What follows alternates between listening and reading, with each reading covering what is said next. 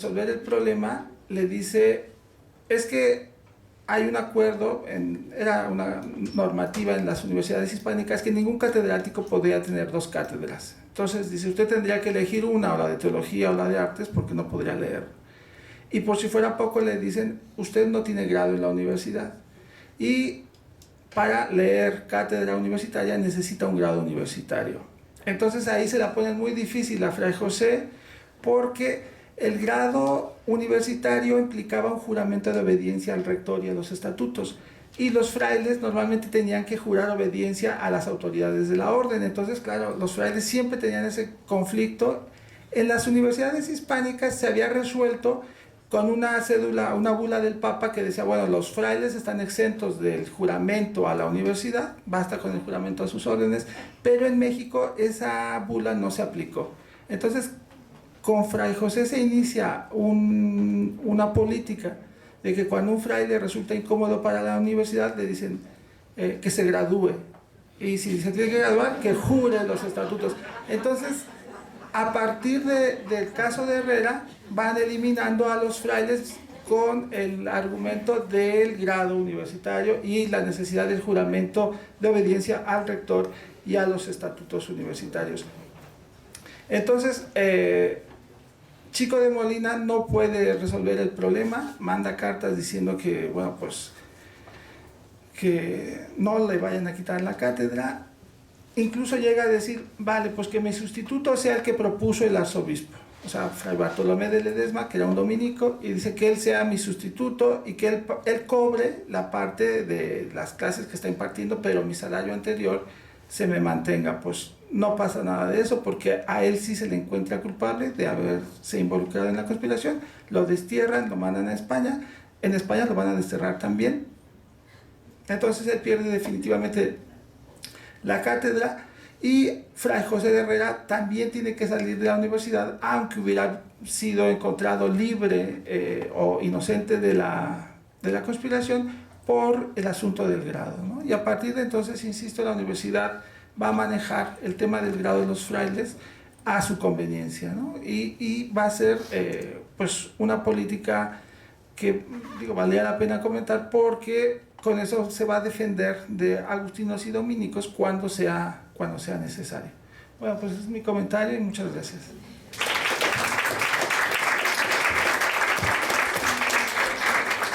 Muchas gracias, Armando. Y bueno, creo que en las instituciones de educación superior sigue esto de los grados, y si no nos portamos bien con los grados vamos para afuera. O sea, allí fue para una situación muy específica, sin embargo, bueno, sigue privando esto. Vamos a la última participación de esta sesión, que nos la va a dar el doctor Renato González Mello. Él es doctor en Historia del Arte por la Universidad Nacional Autónoma de México, investigador de tiempo completo del Instituto de Investigaciones Estéticas de la UNAM y coordinador del posgrado en Historia del Arte en la Facultad de Filosofía y Letras de la UNAM. Su área de investigación es Historia del Arte, y él nos va a platicar acerca de acervos públicos y arte posrevolucionario. Le damos la palabra. De veras, será que nada cambia. Muchas gracias por la invitación, muchas gracias a Araceli Torres, al doctor César Augusto. Vengo aquí como historiador del arte a compartir con ustedes una serie de inquietudes para las que pues llegué hace tiempo a la conclusión de que los historiadores del arte no podemos solos y que necesitamos herramientas que ustedes conocen. Me fijaba ahorita que el programa de su coloquio tiene atrás Facebook, Twitter, YouTube, todo. Bueno, digamos, esto es un mundo muy familiar para mí, para algunos de mis colegas y estudiantes, pero pienso que son ustedes un gremio que se ha adaptado mucho antes que los demás gremios de las humanidades al uso de instrumentos que ahora nosotros, que siempre fuimos como, no, yo pura filosofía, yo lo general, yo ni sé hacer fichas bibliográficas, Pero cuando llegamos a los acervos, de veras quisiéramos que estuvieran profesionalmente ordenados. Y ahí es donde pienso mucho en ustedes, aunque es la primera vez que vengo, de veras pienso mucho en ustedes desde hace tiempo, y hay un grupo de colegas que tiene grandes expectativas sobre la disciplina que ustedes practican. Lo que voy a hacer entonces, para algo que yo veo como el inicio de un diálogo, es proponer una reflexión, perdón si a veces soy abstruso, sobre las fuentes que yo he usado en investigaciones que he hecho sobre historia del arte y cultura visual en la posrevolución. Empiezo por, digamos, lo que no voy a mencionar aquí. Hay un caso muy trágico y otro quizás con final feliz. Yo trabajé mi tesis de doctorado, mi libro sobre José Clemente Orozco. Nunca tuve acceso al archivo del pintor, es un archivo familiar.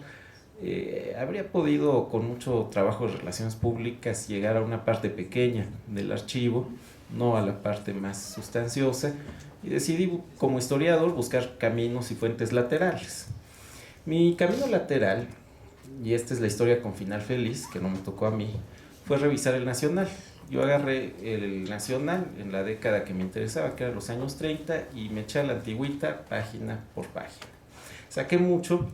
Ahora mis alumnos aprovechan esa base de datos de la que todo el mundo habla, que no he tenido yo la fortuna de usar, pero yo veo que, bueno, es una maravilla técnica, que encuentra incluso texto en los globitos de los cómics, y pienso que quizás esté pendiente en toda la UNAM y en México una discusión sobre la naturaleza pública o privada de los acervos públicos, y ahí sí que habría que discutir con mucho respeto.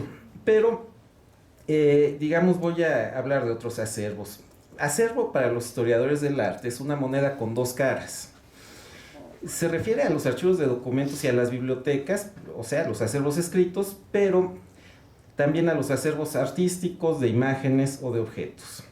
Esta discusión en México está organizada alrededor de una Ley General de Monumentos y Sitios Arqueológicos, Históricos y Artísticos que data de 1972.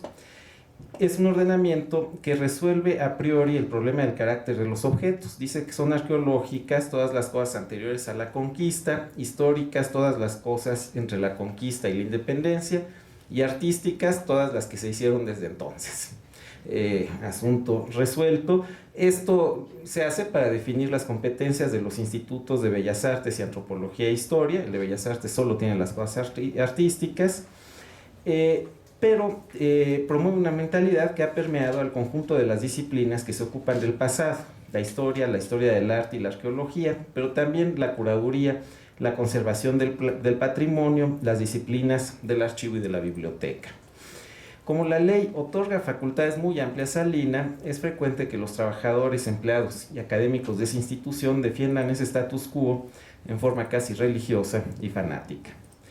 Bueno, aquí no me voy a detener en eso, pero hago notar que nuestra discusión sobre los acervos ha quedado en exceso permeada por una ley y una mentalidad patrimonial bastante abultada y autoritaria, aunque técnicamente no siempre muy buena, y por contraparte por la inexistencia de una ley de archivos, que quedó pendiente cuando se promulgó la Ley de Transparencia y Acceso a la Información Pública durante el sexenio pasado.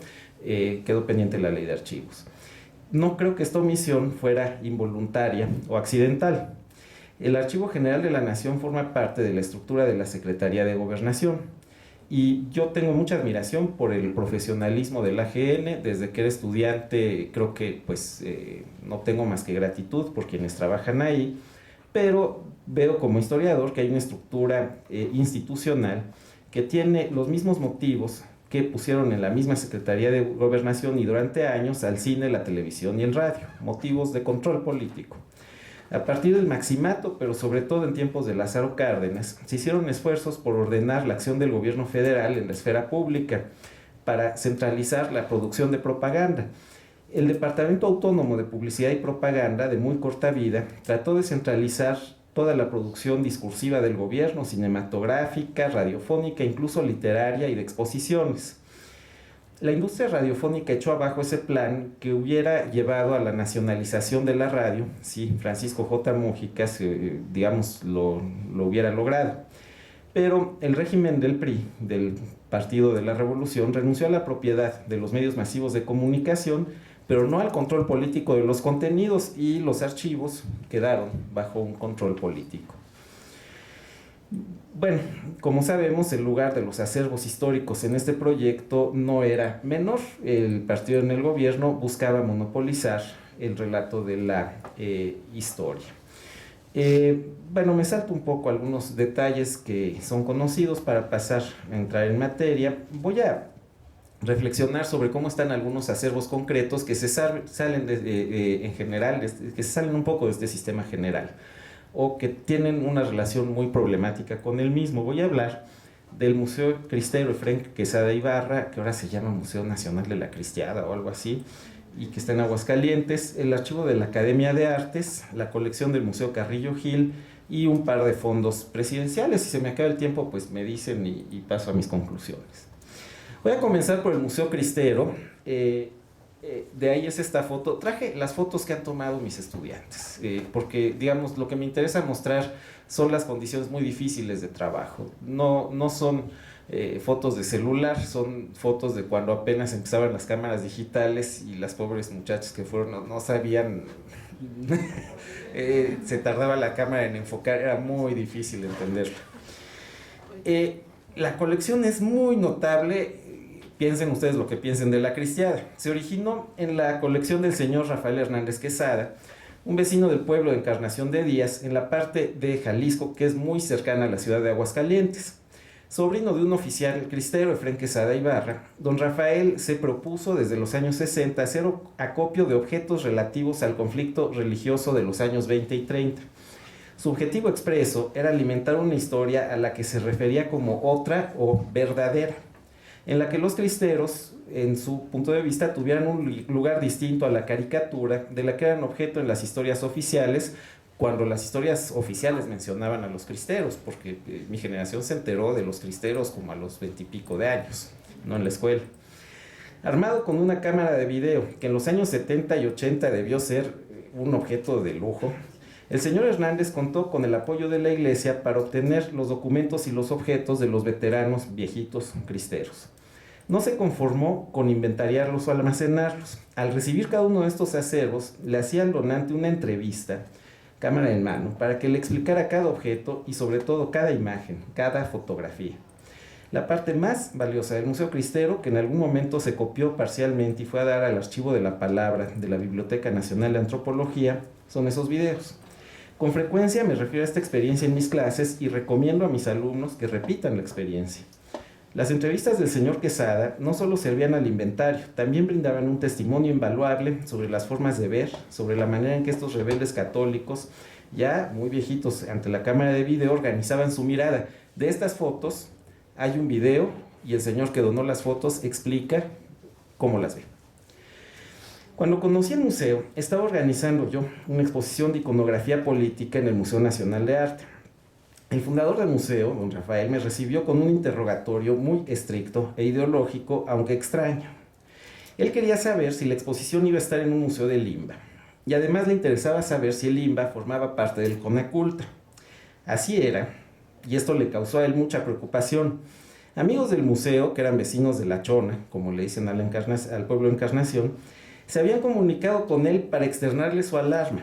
Él iba a trabajar en una exposición con el CONACULTA y tenían la idea de que Sari Bermúdez, titular de esa dependencia en tiempos de Fox, era comunista. Al señor Ibarra, que vendía en la tienda del museo la bibliografía completa de Salvador Borrego, esa posibilidad, bueno, se vale sonreír, le preocupaba mucho porque en realidad creía que su archivo podía servir para construir una historia alternativa desde un punto de vista providencialista. No obstante, no se le ocultaba que la escritura de la historia estaba mediada por agentes complejos y me platicó la